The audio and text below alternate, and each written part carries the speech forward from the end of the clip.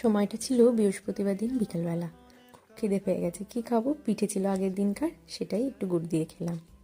এদিকে আলুও কেটে রেখে দিয়েছি, আলুর দম হবে আর মটরশুঁটির কচুরি হবে।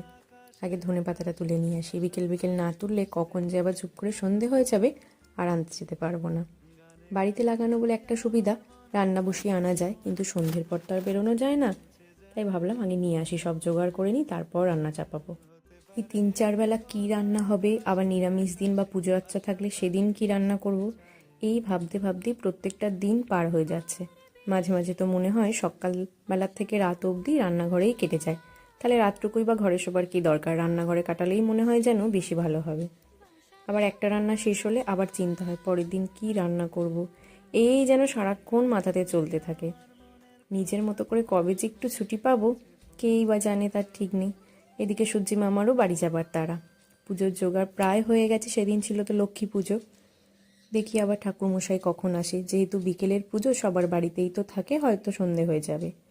এদিকে কচুরির জন্য পুরটা আগেই বেটে রেখেছিলাম, যেহেতু মিক্সিতে বাটবো, ছেলে ঘুমাবার আগেই বেটে রেখেছি, না হলে তো আওয়াজে আবার উঠে পড়বে। পুরটা আগে রেডি করে নিই, তারপর আটাটা মাখবো। আমাদের বেশিরভাগই লুচি বা পরোটা আটা দিয়েই বানানো হয়, ময়দাটা একেবারেই খাওয়া হয় না বললেই চলে।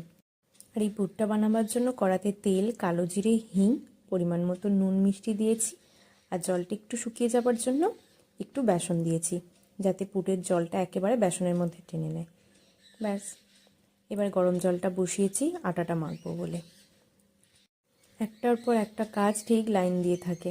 মাঝে মাঝে এত বিরক্ত লাগে, মনে হয় দূর আর ভালো লাগছে না। এদিকে নিরামিষ হবে, তাই আদা, পোস্ত আর একটু রাঁধুনি ফোড়ন দিয়ে বেটে নিয়েছি। আলুর দম হয়ে গেছে, এবার সন্ধ্যাবেলা গরম গরম কচুরিগুলো ভেজে নেবার পালা।